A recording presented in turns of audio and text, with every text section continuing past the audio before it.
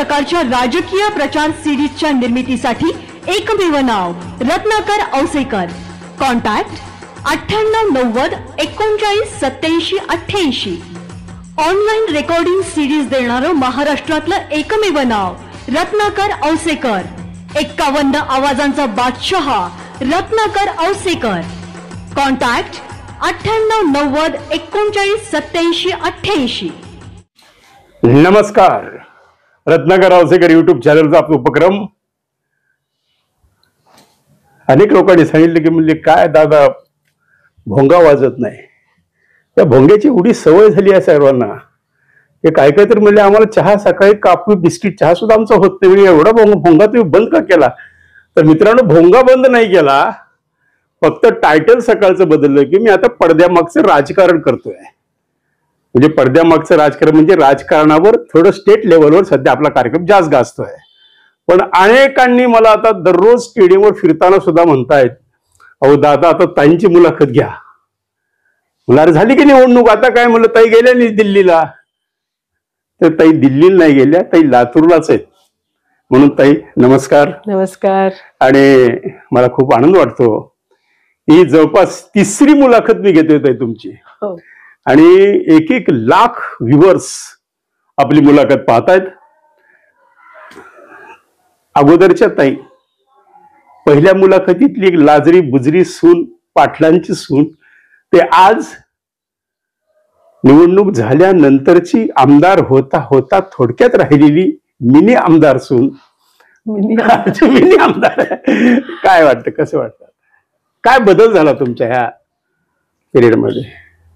माझ्यामध्ये तर काहीच बदल झालेला नाही, पण माझ्याकडे बघण्याचा लोकांचा दृष्टिकोन मात्र नक्कीच बदललेला आहे आणि तो स्वागतार्ह आहे. त्याबद्दल नक्कीच त्यांचे आभार. नाही पण ताई, अशी एक हे असते की निवडणुकीत थोडासा जर काही पराभव झाला तर लोक पुन्हा त्या मतदारसंघात फिरकत सुद्धा नाहीत. आणि तुम्ही जर दुसऱ्या दिवशीपासूनच कामाला लागताय, ह्याच लातूरकरांना जास्त कौतुक वाटतं. कारण तुम्ही निवडणुकीनंतर म्हणता 8-15 दिवसात पुन्हा तुमचा दिल्ली दौरा झाला. दिल्लीमध्ये तुम्ही अनेक मंत्र्यांच्या भेटी घेतल्या, अनेक केंद्रीय मंत्री. काय काय म्हणजे आता काय तुमचा सध्या प्रवास काय म्हणतो? औसेकरजी, आपलं विधानसभेची निवडणूक अतिशय छान झाली. लातूरच्या संस्कृतीला शोभेल अशी झाली. होय. आणि त्यात 1-2 अप्रिय घटना घडल्या.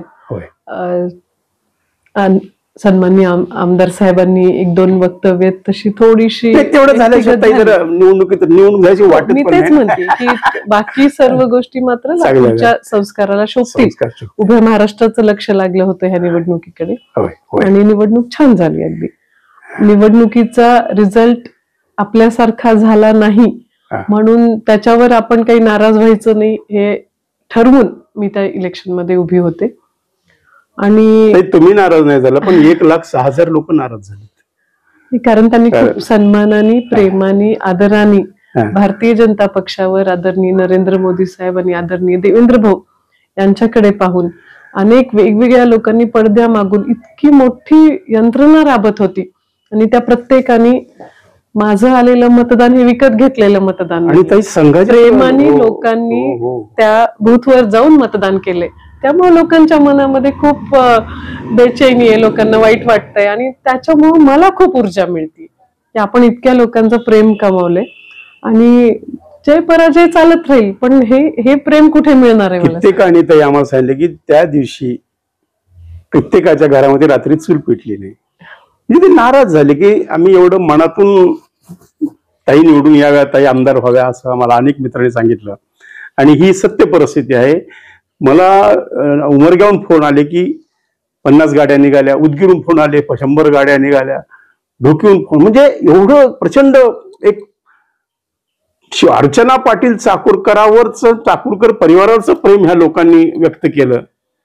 तर आता ताई, काल आमचे मित्र रिंगण लाईव्हचे राजू पाटलांनी काल जाहीर रोखोक जरा काही गोष्टी सांगितल्या की म्हणजे अर्चना पाटलांचं आता भविष्य काही नाही. हे खरं का? पत्रकारांनी त्यांना काय म्हणायचंय म्हणायला तुम्हाला पूर्ण स्वातंत्र्य आहे. त्याबद्दल तुमच्या मताचा मी अगदी आदर करते. पण सुदैवानी आणि दुर्दैवानी लोकशाहीमध्ये एकमेकांचं भवितव्य असं एका दिवसात एका क्षणात ठरत नसतं. आता परवाच तुम्ही पाहिलं की देवघरला जेव्हा आदरणीय पालकमंत्री शिवेंद्रराजे आले होते, त्यांनी सांगितलं महाराजांनी की मी पहिल्या वेळी मी ताई पराभूत झालो, घाबरू नका. अशी सांगणारी खूप मोठी मोठी प्रेमाची मंडळी आहेत. आणि सत्तेच्या लालसेतून मी औसेकरजी मी प्रवेश केलेलाच नाहीये. तुम्हाला सगळ्यांना वाटायला लागले की ताई दुसऱ्या दिवशी कशा कामाला लागल्या. जर मी मला हीच सत्ता हवीये, मला हे पाहिजे असं म्हणून मी जर त्याच्याने जर प्रवेश केला असता तर मला वाईट वाटलं असतं.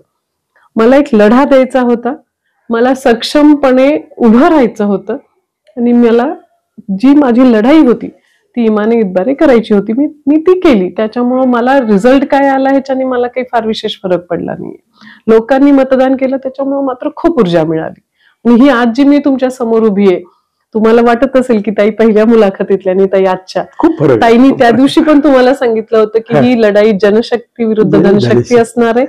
मी आजही सांगते धनशक्ती जिंकली, पण जनशक्तीचं प्रेम आणि त्यांच्याबद्दल आज जे समाजात तुम्हाला 1 लाख व्ह्यू मिळतात, तुमचे 25,000 सबस्क्रायबर आहेत, देव करो 1 लाख सबस्क्रायबर होऊ द्या, पण 25,000 सबस्क्रायबर वाढवण्यामध्ये ताईंचा खूप मोठा हात आहे. नाही, पण औसेकरजी गणित बघा ना, 25,000 सबस्क्रायबरनं 1 लाख व्ह्यू येतात. याचा अर्थ लोकांच्या मनात त्या माझ्याबद्दल उत्सुकता आहे. त्यामुळे माझं भविष्य अंधकारात आहे का उजेडात आहे हे काय ठरवेल, पण तुमच्या सर्वांच्या शुभेच्छाबद्दल मी आभारी आहे. तुमच्यामुळे एक झालं ताई, देशमुखांना नोटांच्या बॅगा घेऊन घराच्या बाहेर पडावं लागलं. सहकार सम्राटांना हे काय थोडं यश आहे तुमचं? तो लक्ष्मी ऐकल्यानंतर काय वाटतं, काय फिलिंग जात तुम्हाला कळालं की या ठिकाणी एक सहकार सम्राट थैल्या भरू भरू तुमच्यासाठी तुम्ही पराभूत. एवढी धास्ती देशमुख, एवढी धास्ती घेतलेलं मी माझ्या 35 वर्षात कधीच बघितलं नाही. ते फर्स्ट टाइम बघतोय की देशमुख परिवार सिरियस, दिलीपराव देशमुख परेशान, अमित देशमुख परेशान, धीरज देशमुख परेशान, बॅगा घेऊ बाहेर पडले, चला घ्या पळा. आमच्या ताईकडे वाढदिवसात व्यस्त आणि तिकडे त्यांनी मतदार फस्त केले. खरं का काय? वाढदिवसात व्यस्त नव्हते, पण आता काय झालं नेमकं त्या दिवशी माझा 19 तारखेला वाढदिवस होता. घरी इतक्या मोठ्या संख्येने लोक जेव्हा आपल्याला अभिष्टचिंतन करायला येतात, मला खरं म्हणजे माझं प्लॅनिंग त्या दिवशीचं पूर्ण कोलमडून त्या दिवशी भेटायचं होतं, मतदारांना भेटणं, बाकी मॅनेजमेंट प्लॅनिंग, पण काहीच करू शकले नाही. पण मी भेटले नसते तर नाराजी झाली असती. त्यामुळे ठीक आहे, देवानी खूप परीक्षा घेतली. आपण पैसे वाटपाबाबत जे बोलताय ज्यांच्याकडे जे असतं माणूस ते वाटत असतो. माझ्याजवळ मेहनत होती, माझ्याजवळ चाकूरकर साहेबांची पुण्याई होती, त्यामुळे मी त्याच्यावर काम करत राहिले. त्यांच्याजवळ जे होतं ते त्यांनी केलं. त्यावेळेस ताई तुम्हाला आर्ची म्हणण्यात आलं, सैराट म्हणण्यात आलं, काय फिलिंग झालं? काय मी थोडस स्पष्ट बोलते, आपण आमची मुलाखती साधी सोपी नसते, तुम्हाला माहिती आहे. काय वाटलं आपल्याबद्दल? आपल्या बंधूंनी जर चुकीचे उद्गार काढले तर कुठल्या बहिणीला बरं वाटेल? मलाही नाही बरं वाटलं, त्रास झाला, वाईट वाटलं.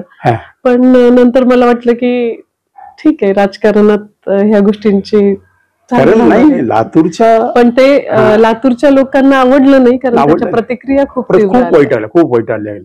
मला अनेकांनी सांगितलं की ताई तुम्ही जाहीर निषेध करा, तुम्ही अमकं करा, तुम्ही तमकं करा. ती आपली संस्कृती नाही, त्यामुळे मी शांत राहिले. ताई थोडं स्पष्ट बोलू, तुम्ही उत्तर देणार आम्हाला बोलता. ताई असं म्हणलं जातं की कुठेतरी शेवटच्या क्षणी, हे तुम्ही सुद्धा आपल्या मुलाखतीमध्ये सांगितले की तुम्हाला 200 कोटीची ऑफर आली आणि अर्चनाताईंनी माघार घेतली आणि अमित देशमुखांना पद बहाल केले. खरंच आहे, कदाचित ही गोष्ट मला आवडणार नाही, पण आमच्या लोकांना याचं उत्तर पाहिजे. बिलकुल, तुम्ही प्रश्न विचारल्याबद्दल तुमचे आभार. कितपत खरं आहे? ऐका ना, मला थोडस बोलू द्या की काय झालं की मी आदरणीय चाकूरकर साहेबांच्या परिवारात येऊन मला आज 30 वर्ष होऊन गेली. ह्या घरात आल्यापासून राजकारणाच्या फक्त आणि सत्ता फक्त ह्या घरात होती.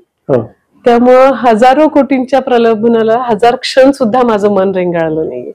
तर 100-200 कोटीसाठी मी 30 वर्ष लागली याच्याकडे. हो, म्हणून मी तुम्ही सगळी मला ओळखता. मी त्या दिवशीची पण अर्चना तीच आहे, आजची पण तीच आहे. आर्थिक प्रलोभनाला मी ना आधी बळी पडले ना ह्या क्षणापर्यंत बळी पडले. त्यामुळे जो कोण माझे ही चर्चा का नाही, हे नॅरेटिव्ह सेट केलं जातं.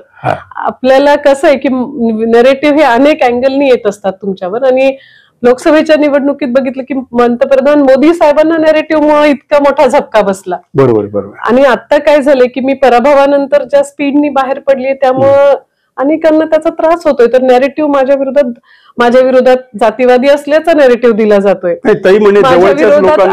आपल्याच जातीच्या लोकांना जवळ घेतात असं काही आरोप. तुम्ही माझ्या जातीचे आहात का?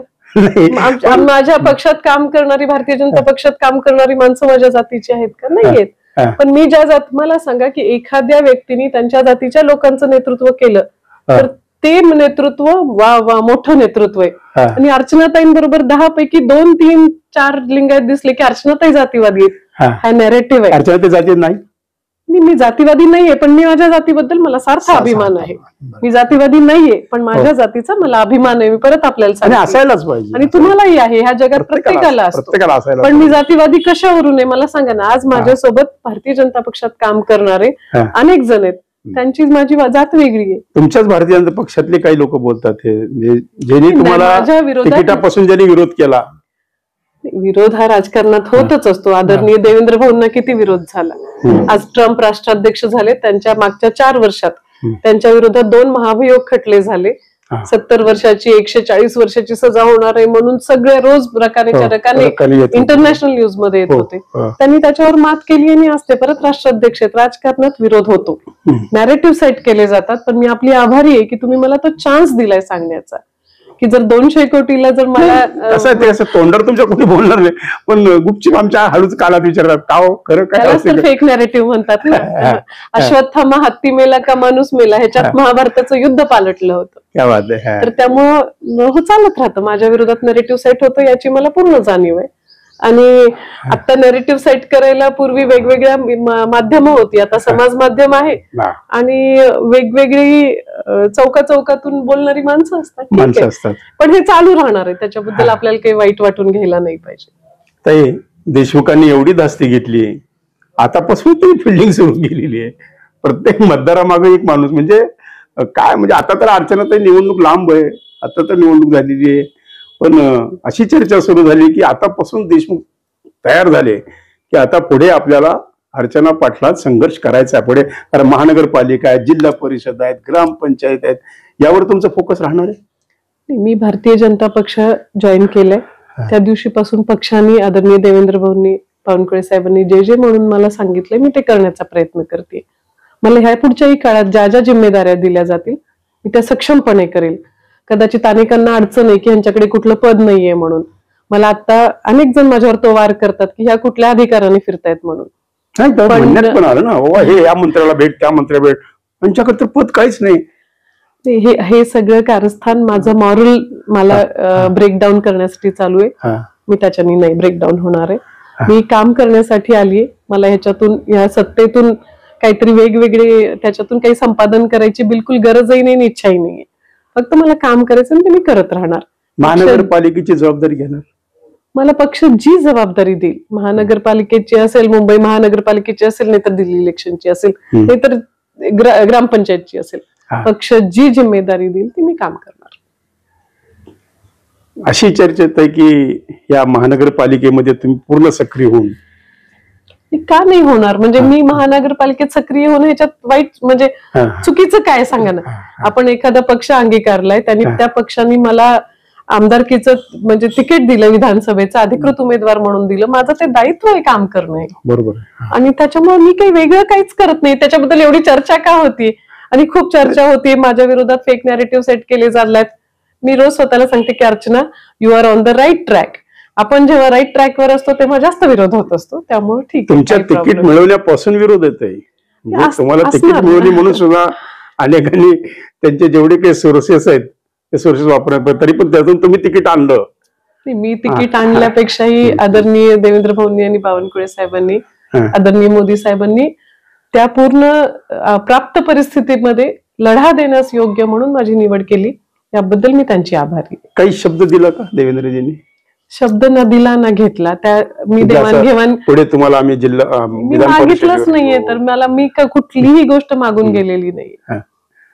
पण शिवराज पाटील हे ब्रँड, या ब्रँडचा उपयोग तुम्हाला तुमच्या निवडणुकीत झाला म्हणून तुम्हाला एवढी मतं पडलं असं काही पत्रकारांनी बोललेले आहेत. का नाही, माझ्या वडिलांच्यासाठी जर मला फायदा होत असेल तर का नाही होणार. आज जगामध्ये सगळीकडेच जर एखादी पॉलिटिकल फॅमिली शिवराज पाटलांची पुण्य संपली, शिवराज पाटलांची पुण्याई अशी नाही संपत ना, कारण आमचे बंधू बसवराज पाटील साहेब दुसऱ्या जिल्ह्यातून आले औशाला. आमच्या बंधूंना लोकांनी 2 वेळा निवडून दिलं तिथून. आदरणीय विलासराव देशमुखांचे चिरंजीव म्हणून अमित साहेबांना 4 वेळा त्यांना लातूरकरांनी प्रेम दिलं. त्यांची पुण्याई संपलेली नाहीये, तर चाकूरकर साहेबांची पुण्याई अशी कशी संपेल?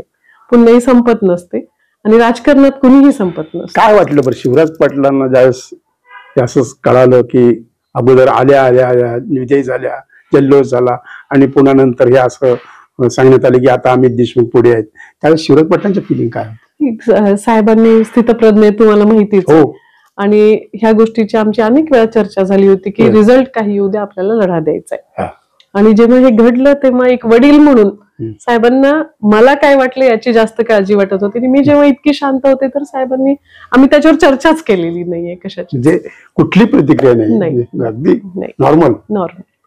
क्या बात आहे.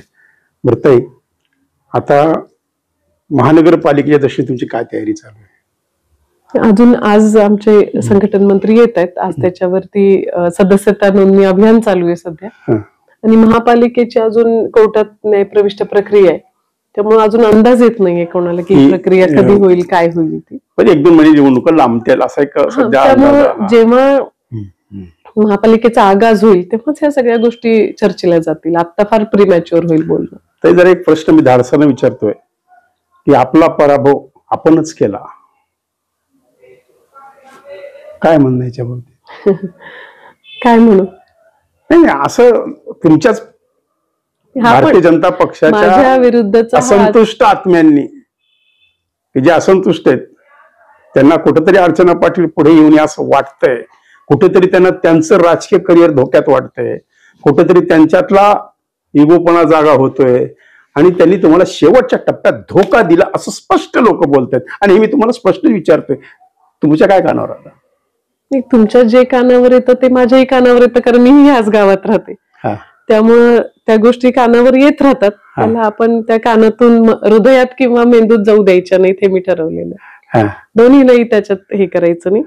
पण आपला पहिला प्रश्न जो आहे, ज्यांच्यावर मदार होती विजयाची, ज्यांच्यावर एक जबाबदारी होती की आता हा विजय खेचून आणायचा आहे, त्यांच्याच वार्डात मायनस झालेले असं तुम्हाला? याचं उत्तर जिथे जे काही घडलंय त्या जिम्मेदार लोकांनी द्यावं, कारण मी काही म्हणणं चुकीचं होईल त्याच्यामध्ये. आपण म्हणजे ना, मी त्याच्यावर मला बोलणं योग्य वाटत नाही, कारण ती पाठीमागे बोलल्यासारखं होईल. बरोबर. पण माझं तुम्हाला ही विनंती आहे की समजा कोणी तुम्हाला असं सांगत असेल की बाबा पैसे नाही खर्च केले, चाकूरकर परिवार शेवटच्या टप्प्यात काही कमी पडले असे लोक चर्चा आहे. बरं, मी काय सांगितलं तुम्हाला की ज्याच्याकडे जे आहे त्यांनी ते दिलं. चाकूरकर साहेबांनी कधी करप्शनच केलेलं नाहीये. मी स्वतः त्या सर्व गोष्टींपासून लांब राहिले, त्यामुळे माझ्याकडे समोरच्यांच्या कंपॅरिझन मध्ये पैसे नव्हते. मतदान नाही, मला यंत्रणा चालवणे एवढे पण जेमतेम पैसे होते माझ्याकडे. त्यामुळे आणि मला बघा, माझी स्ट्रेंथ काय, मी निष्कलंक चारित्र्यवान चाकूरकर साहेबांची सून आहे. शाबास. तीच माझी विकनेस ठरली इलेक्शन मध्ये की पैसा कमी पडला. पण ठीक आहे, ती गोष्ट अशी नाही की आम्हाला माहित नव्हतं, आम्हाला माहित होतं हे घडणार आहे म्हणून. मला प्रत्येक साहेबांच्या जवळच्या प्रत्येकाने सांगितलं ताई समोरच्याचं 100 कोटी बजेट आहे, तुमचं काय? मी म्हणलं माझ्याकडे जे आहे ते माझं आहे. मला लोकांनी आणि भारतीय जनता पक्षाने मला वाऱ्यावर नाही सोडलं, त्यांनी पण इतरांपेक्षा मला जास्त केलं. आणि मला कधी नाही ते संघ सुद्धा मी पाहिलेले संघाचे अतिशय. पण औसेकरजी मला साध्या प्रश्नाचं उत्तर द्या की पक्षाकडून आलेल्या एका छोट्या अमाऊंटसाठी पुढच्या 5 वर्षाची आमदारकी सोडणे इतकी मी तुम्हाला नासमज वाटते का? तुम्ही उत्तर द्या. आहे कमी तेवढी नासमज? नक्कीच नाही. किंवा ह्या जगातल्या कोणी व्यक्ती जो आमदारकीला उभा राहतो तो तेवढा नासमज असतो का की एकीकडे त्याच्यासाठी एक छोटी अमाऊंट आणि समोर आमदारकी आहे 5 वर्ष, आमदारकी, तुम्ही काय निवडाल? आमदारकी निवडली. मग मी पण त्यातलीच आहे. त्यामुळे ह्या फेक नॅरेटिव्हला लोकांचा गैरसमज दूर करायला पाहिजे होतं, म्हणून हे मी मुलाखत आभारी आहे. मी तुम्हाला मुद्दाम थोडस, आता अनेक लोक मला मुलाखत द्यायला थोडस विचकतात की अरे बाबा औषध काय विचारेल काही सांगता येत नाही. तरी पण मला तुमच्यापासून लपवण्यासारखं काही नाही, किंवा तुमच्या सर्व दर्शक आमचे माझी मुलाखत जे बघतात त्यांच्यापासून पण लपवण्यासारखं काही नाहीये. आमच्याकडे नसलेल्या पैशाचा मला सार्थ अभिमान आहे. त्यामुळं त्याच्यामुळे जर माझी सीट गेली तर काही हरकत नाही ना, ते माहिती होतं ना आपल्याला. आता पालकमंत्री तुमच्या मर्जीतले आलेले आहेत. खरं त्या दिवशी स्वतः पालकमंत्र्यांनी सांगितलंय की मी आता कोणाच्या मर्जीने आलो हे मला आता कळालेलं आहे. हे त्यांनी जाहीरपणे माझ्या मर्जीतले म्हणण्यापेक्षा आदरणीय देवेंद्र भाऊंच्या मर्जीतले आले. देवेंद्र भाऊंना लातूर जिल्हा हा राजकीय दृष्टीने अतिशय महत्वाचा वाटतो. हा कारण माजी गृहमंत्र्यांचा, माजी मुख्यमंत्र्यांचा, काँग्रेसचा बालेकिल्ला राहिलेला हा जिल्हा आहे. त्यामुळे भाऊंचं विशेष लक्ष आहे या जिल्ह्यावर. म्हणून भाऊंनी त्यांच्या विशेष मर्जीतला माणूस इथे पाठवलेला आहे. पालकमंत्री तुमच्या मर्जीतले म्हणून तर एक प्रश्न विचारतो मी परत करेक्ट करते, माझ्या मर्जीतले म्हणण्यापेक्षा आदरणीय देवेंद्रजी बाबा ठीक आहे देवेंद्र. पण एक असं बोललं जातं की पालकमंत्री आता तुमचं ऐकणार, त्यामुळे ज्यांनी ज्यांनी विरोधात काम केलं ते लोक जर तुमच्याकडे काम घेऊन आले की ताई आता माझं पालकमंत्री, मी त्याची शिफारस करणार. मी करेन ना, मी जरूर करेन. कोणत्याही मनामध्ये त्यांना जे जमत होतं त्यांनी केलंय, मला जे जमतं ते मी करेन. त्यांना विरोध करायचा होता त्यांनी केला, मला मदत करता येते मी मदत करेन. ही तुम्ही त्याला देवेंद्रजी बोलला ही गोष्ट की काय घडलं इथं लातूरमध्ये? नाही काय पुढे विधान परिषदेचे चान्सेस नाही. मी कधी ना आधी मी बार्गेन केली किंवा मी काही महामंडळ काही मागितलं नाहीये, मी मागणार पण नाहीये. मी काम करत राहणार आहे. तर अनेक महिला असं बोलतात की म्हणजे आज आमच्या अर्चनाताई पालकमंत्री झाल्या असत्या, मंत्री झाल्या असत्या. औसेकरजी मी परवाच्या दिवशीचा प्रसंग सांगते. इथे एका कॉलनीमध्ये मी हळदी कुंकाला गेले. त्या भगिनीचं नाव पण मला माहिती नाहीये. त्या आल्या, माझा हात हातात घेतला आणि मला सांगितलं ताई आम्ही तुमच्यासाठी खूप प्रचार केला. मी हात जोडून आभार मानले त्यांचे. आणि त्या असं मी आभार मानेपर्यंत त्यांच्या डोळ्याला झालं.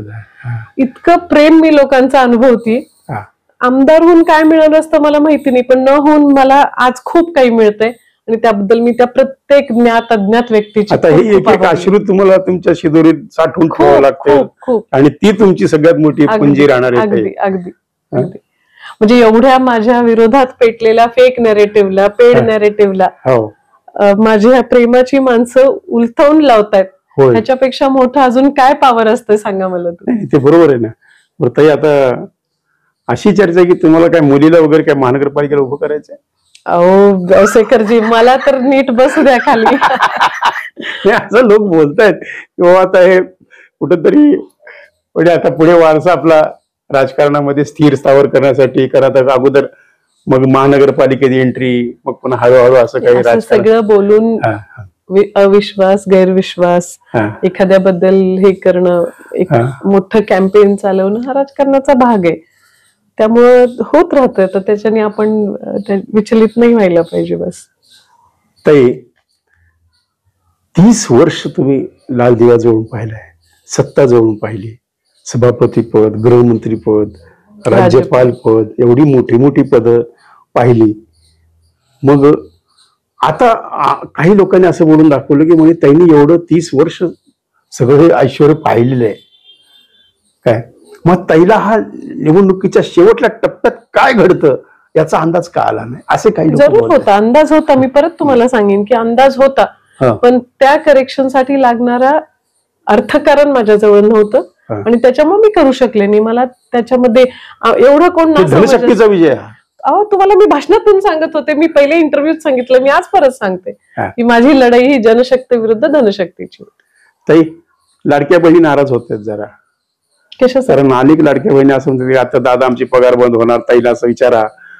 काय म्हणजे अजिबात असं नाही होणार. आता काही त्या टेक्निकल गोष्टी चालू आहेत त्याच्यावर मध्ये आदितीताई तटकरेंनी पण माननीय मंत्र्यांनी पण विधान केलं होतं आणि सगळं सुरळीत होणार आहे, काही बंद होणार नाही. ताई एक आम्हाला असं वाटतंय, एक आम्ही हितचिंतक म्हणा, आता आम्ही तर आहेत हितचिंतक, सगळ्या जगाला माहिती की तुम्हाला जर एखाद्या खुर्चीत बसवलं, एखादा सत्ता तुमच्या हातात दिली, सत्ता नाही तर तुम्ही एवढ्या करतात, थोडंसं एखादं महामंडळ म्हणा, एखादी संस्था म्हणा, एखादं काहीतरी. आता खरं तर आम्हाला तुमच्याकडून अपेक्षा अशी की अर्चनाताईंनी बँक काढावी, अर्चनाताईंनी साखर कारखाना चालवावा, अर्चनाताईंनी संस्था निर्माण कराव्या, अर्चनाताईंनी शेकडो लोकांना रोजगार द्यावा, अर्चनाताईंचे असे पुढचे काही प्लॅन्स, कन्स्ट्रक्शन म्हणजे सहकार क्षेत्रात तुम्ही घुसावं की जेणेकरून तुमचं स्वतःचं जाळं निर्माण करता येईल. असं त्याच्यासाठी एखादी बँक, शिवराज पाटलांच्या नावाने एखादी बँक काढा, त्यांचं नाव अजरामर होऊन जाईल. सिद्धेश्वर सहकारी एवढे संबंध आहेत दिल्लीश्वर. बरोबर आहे, पण सिद्धेश्वर सहकारी बँक असेल किंवा लातूर अर्बन बँक असतील, हे सगळे चाकूरकर साहेबांच्या मताने चालणारे संस्था आहेत, बसवेश्वर शिक्षण संस्थेसारखी मोठी शिक्षण संस्था चालते, तर त्याही आमच्याच आहेत ना गोष्टी. अर्चनाताईंचं प्रॉडक्ट असावं असं काल काही लोकांनी आम्हाला बोलता त्यांनी आता म्हणले एवढे संबंध चांगले म्हणजे आता हाय लेवल पर्यंत पोहोचलेले आहेत, म्हणजे विधानसभेच्या निमित्तानं त्यांनी एखादी बँक काढावी, सहकारात घुसावं. मी त्याच्यावर काही विचार केलेला नाही अजून. कसं सूचना आहे, आमच्या प्रेक्षकांची सूचना मी तुमच्यासमोर मांडली, यावर तुम्ही विचार करताल. पण मी आता सध्या राजकीय या सगळ्या गोष्टींमध्ये स्वतःला स्थिर करण्याचा आधी माझा प्लॅन असेल, कारण असं 2-4 गोष्टी एका वेळी हातात घेतल्या तर एक पण धड होत नाही. त्यामुळे आता सध्या मी स्वतःच राजकीय पाऊलवाट जी आहे ती व्यवस्थित मार्गक्रमण करण्याचा मी प्रयत्न करेन. ताई, निवडणूक पाहिली तुम्ही जवळून, तसं लातूर आहे आमचं, सकाळी लातूर काय तुमची मन फार प्रसिद्ध आहे. काय अनुभव आला बरं लातूरकरांचा तुम्हाला, काय अनुभव आला? म्हणजे मला एक कटू अनुभव पाहिजे आणि मला एक चांगला अनुभव पाहिजे मला, कारण ही मुलाखत निवडणुकीनंतरची मुलाखत. मला खूप चांगलेच अनुभव आले औसेकरजी, खूप चांगले अनुभव आले. म्हणजे अगदी छोटी छोटी मुलं येऊन अर्चनाताई करून गळ्यात पडतायत. एका परवा लहान बाळाने त्याच्या वहीवर माझं स्टिकर लावलेलं दाखवलं, मला म्हणे मी रोज शाळेला जाताना तुमचा चेहरा बघतो. मग अशा हे छान गोष्टींचा अनुभव आला. मी पदयात्रा खूप केली आणि त्या निमित्ताने माझा मानस होता की आपण डायरेक्ट मतदारांना भेटूया. त्याच्यात मी छान यशस्वी झाले. मी गाडीत बसून पदयात्रा नाही केली, चालत चालत पदयात्रा केली. तुम्ही गाडीत उभा आहे वरून लोकांनी फुलं उधळले, पण तसं काही तुमच्याबद्दल बोलत नाहीत, तुमच्याबद्दल चांगलंच लोक बोलतात. म्हणजे तुमची पदयात्रा पेंड नव्हती. नाही, अजिबात नाही. फक्त कटू अनुभव, आता एक कटू अनुभव नाही, कटू अनुभव मला खरंच लक्षात नाहीये. पण एक झालं की राजकारणात असताना आपल्याला चौफेर अलर्ट राहावं लागतं. आणि तुम्हाही अनेक पत्रकारांना वाटतं की मी थोडी भावनिक बोलते वगैरे म्हणून, पण माझ्याजवळ भावना आहेत म्हणून मी भावनिक बोलते. नाही, तुम्ही इमोशनल भाषण करून लोकांची मनं जिंकले असं काही लोक असेल ना, पण माझ्याजवळ भावना आहेत, शिल्लक जिवंत आहेत. त्यामुळे मी भावनाच नाही त्याच्याकडे काय. त्यामुळे शेवटी मी माझ्याजवळ जे आहे, माझ्या बँकेत जे माझं डिपॉझिट आहे, मी तेच खर्च करणार आहे. आणि म्हणून मला चांगलेच अनुभव आले, मला कटू अनुभव कुठलाही वाटला ह्याच्यामध्ये. ते आता त्यांच्या साखर कारखान्याच्या निवडणुका वगैरे सहकारांच्या निवडणुका आता जवळ आलेल्या आहेत, त्यात सुद्धा तुम्हाला लक्ष घालावं लागेल पुढे तुम्हाला राजकीय क्षेत्रात स्थिर होण्यासाठी. तशी अजून काही कुठे चर्चाही झाली नाही आणि तसे कोणी कार्यकर्तेही अजून त्या लाईनवर आलेले नाहीत. पण बघा, राजकारण करत असताना त्या दिवशी त्या क्षणी जे म्हणून आपल्या समोर येईल त्याला फेस करत राहावं लागेल आणि मी करेन. पालकमंत्र्याच्या माध्यमातून तुम्ही लातूरचा काय पलट करणार? पालकमंत्री आपले राजे आलेत आपल्याकडे आणि विशेष म्हणजे आणि तिसरं महत्वाची गोष्ट आहे की ते डायरेक्टली देवेंद्र भाऊंशी म्हणजे मुख्यमंत्र्यांशी संपर्कात आहेत. त्यामुळे अनेक मोठे जे काम आहेत त्याच्यावर आपण लक्ष द्यावं असं मला वाटायला लागले. त्यातलं महत्वाचं, मी नेहमीच त्या बाबतीत आग्रही आहे, म्हणजे जिल्हा रुग्णालय. त्याच्यानंतर दुसरं आहे, मी कार्यकर्तव्याची श्रद्धांजली आदरणीय विलासराव साहेबांना जी वाहणार आहे ती आहे तो विलासराव देशमुख मार्ग, मी त्याच्यासाठी पण आग्रही राहणार आहे. तिसरा महत्वाचा, लातूरचा कचऱ्याचा जो प्रश्न आहे, मी कमिशनर साहेबांची माझी मध्ये भेट झाली होती आणि मी इंदोरला पण जाऊन आले कचरा व्यवस्थापनावर. तर इंदोरचं कचरा व्यवस्थापन ज्यांनी केलंय त्या एजन्सीला लातूरमध्ये येऊन मी त्यांना विनंती केली की तुम्ही येऊन आम्हाला फक्त नीड गॅप म्हणजे काय आता होतंय आणि काय करायला हवं याचा एक आम्हाला रिपोर्ट द्या, आणि 5 तारखेच्या आत ती एजन्सी येऊन इथे सर्वे करून जाणार आहे. तर अशा ज्या म्हणून लोकांच्या जीवनाशी निगडीत जे प्रश्न आहेत, मध्ये आदरणीय आयजी साहेबांना मी भेटून ट्युशन एरियातले अनेक विषय त्यांच्या कानावर घातले आणि मी तुमच्या माध्यमातून आयजी उमाप साहेबांचं अभिनंदन आणि आभार व्यक्त करू इच्छिते की त्यांनी तिथे मोठं कोम्बिंग ऑपरेशन केलं आणि आता कायम लोकांचे मला फीडबॅक येतात की ताई पोलीस आहे, आणि मीही स्वतः विचारत राहते की यंत्रणा आहे की नाही तिथे. जर समजा त्याच्यात काही गॅप वाटला तर SP साहेबांना आयजी साहेबांना बोलता येईल. म्हणजे काम सांगितलं, निवेदन दिलं, फोटो काढले नाही, मी स्वतः फॉलोअप घ्यायला लागले त्या प्रत्येक गोष्टीची. तिसरं महत्वाचं रेल्वेचा विषय, लातूर मुंबई रेल्वेचा मोठा म्हणजे आपल्याला एक बिदरला गेल्यामुळे ती एक अडचण झाली आणि इथून जाणाऱ्यांचा ओघही खूप आहे. तर आदरणीय रेल्वे मंत्र्यांनी सांगितलं की लातूर पुणे रेल्वेला पुण्याला तुम्हाला पार्किंग मिळणार नाही आणि मुंबईलाही तीच प्रॉब्लेम आहे. मी त्यांना विनंती केली की मग लातूर पनवेल अशी आपण एक ट्रेन द्या की जेणेकरून पुण्याच्या लोकांनाही फायदा होईल आणि मुंबईला जे जाणार आहेत अटल सेतूवरून पोहोचू शकतील. त्याच्यावरही त्यांनी अगदी पॉझिटिव्हली विचार करतो अशी मला त्यांनी सूचना केलेली आहे. रेल्वे मंत्र्यांना लातूरला बोलवून आपल्या अनेक प्रश्नांची एक परिषद घ्यावी, त्याच्यावरही विचार चालू आहे. म्हणजे अनेक गोष्टींच्यावर काम चालू आहे. हळूहळू मला जसं जमेल तसं मी ते काम घेऊन तुमच्या समोर येईल. आता जर तुमच्या लाडक्या भावाची भेट झाली अमित देशमुखची, काय होईल? भेट झाल्यास काय बोलतात? काय नाही होणार. आम्ही काही दुश्मन थोडेच आहोत. एका इलेक्शन मध्ये आम्ही दोघं एकमेक, आणि मी काय भारतातली पहिली आहे का सांगा मला इलेक्शन लढवणारी? भारतात स्वतंत्र भारतात 75 वर्षात शेकडो लाखो लोकांनी एकमेकांच्या विरोधात इलेक्शन लढले. त्यामुळे सौहार्दाच भेट असणार आहे, त्याच्यात मला काही अडचण वाटत. पाटील साहेबांच्या वाढदिवसा दिवशी सुद्धा अमित देशमुख साहेब येऊन गेले. पाटील साहेबांना तेही तेवढ्याच सौहार्दाने वागतील, मीही तेवढ्याच सौहार्दाने. म्हणजे असं कुठले आता राजकीय कटुता वगैरे काय व्यक्तिगत भांडण आहे का कोणाचं? त्याच्यात काही विषय. समजा तुमचं एखादं आमदारकडे काम पडलं, तुम्ही बोलता जरूर, का नाही? लोकांच्या हिताचं जर माझं व्यक्तिगत असेल तर मी नाही पडणार मध्ये, पण लोकांच्या हिताचं असेल तर मी जरूर काही निवेदन घेऊन जाणार. अगदी गरज पडली तर त्यांच्या विरोधात. नशिबाने आता सरकार भारतीय जनता पक्षाचं, त्यामुळे बऱ्यापैकी कामही वरच्या लेवलला भारतीय जनता पक्षाचे आणि महायुतीच्या लोकांच्याकडूनच होणार आहेत. त्यामुळे विरोधी पक्षाच्या आमदाराकडे निवेदन घेऊन जायचं काही विषय. कधी गरज पडलीच तर जाणार. अगदी जाईल. समजा एखाद्या प्रोजेक्टमध्ये त्यांची मदत घ्यायची तुम्हाला गरज वाटली तर?